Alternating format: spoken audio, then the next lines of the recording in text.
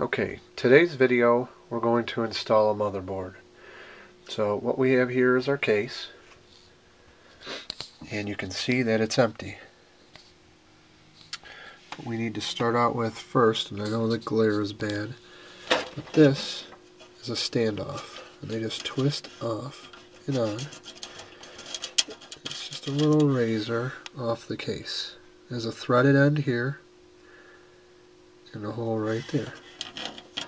And what you want to do is make sure they line up with the holes in your motherboard. So you put those all along your case. You can see we have a few here.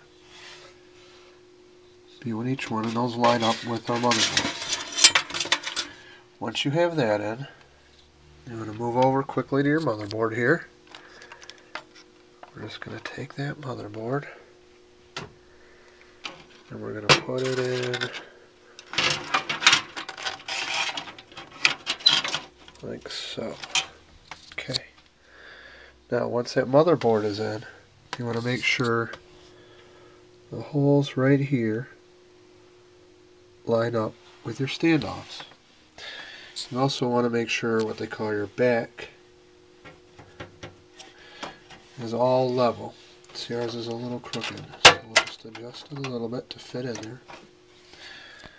Then we can add the screws into each hole into the standoff.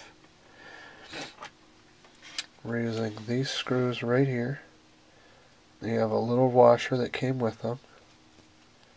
I'm going to take a look there. Then you just line those up in each hole.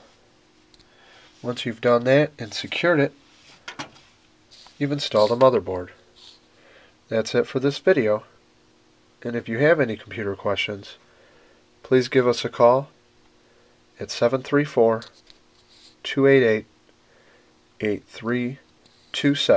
We'd be happy to install a motherboard or solve any computer problem that you're having. Thanks a lot for watching.